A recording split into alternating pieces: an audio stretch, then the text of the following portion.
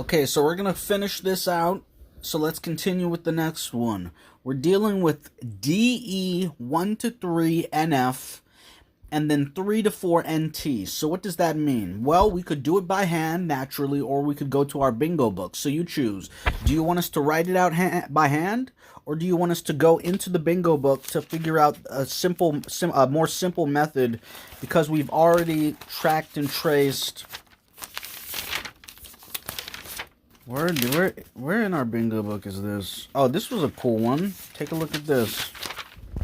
This was different. This is what it would look like if the point of differentiation started off with the function substrate instead of with the attitude orientation. But that's kind of advanced level work in terms of theory, structure, and application / practice. I should talk about that I should make a short on that. Okay, here's our bingo book again. And what are we looking for? We're looking for NFNT. DE NFNT. Okay, so where is DE? Where's DE? It's over here. DE NFNT.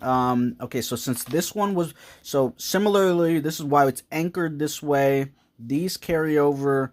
Consume blast axis on the first end, sleep play axis on the second end. So that means this is going to be play. So we already know that.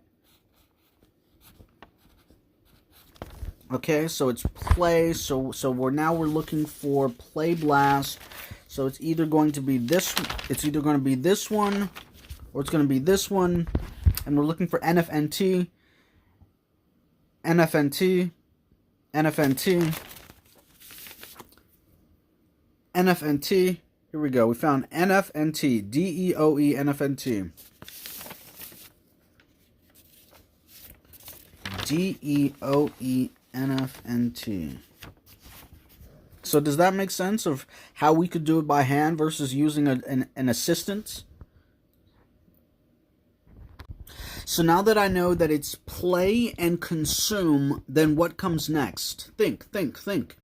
Okay, so we wrote it out. DE 1 to 3 NF play and OE 3 to 4 NT consume. So what's next? I'll give you a moment to think about it. Pause. It has to be sleep and blast. Why? Because 2 and 4 and 1 to 3 can only be play or sleep, and last is blast because it's 1 to 2, connecting it back to the top. DE 1 to 2 SF blast.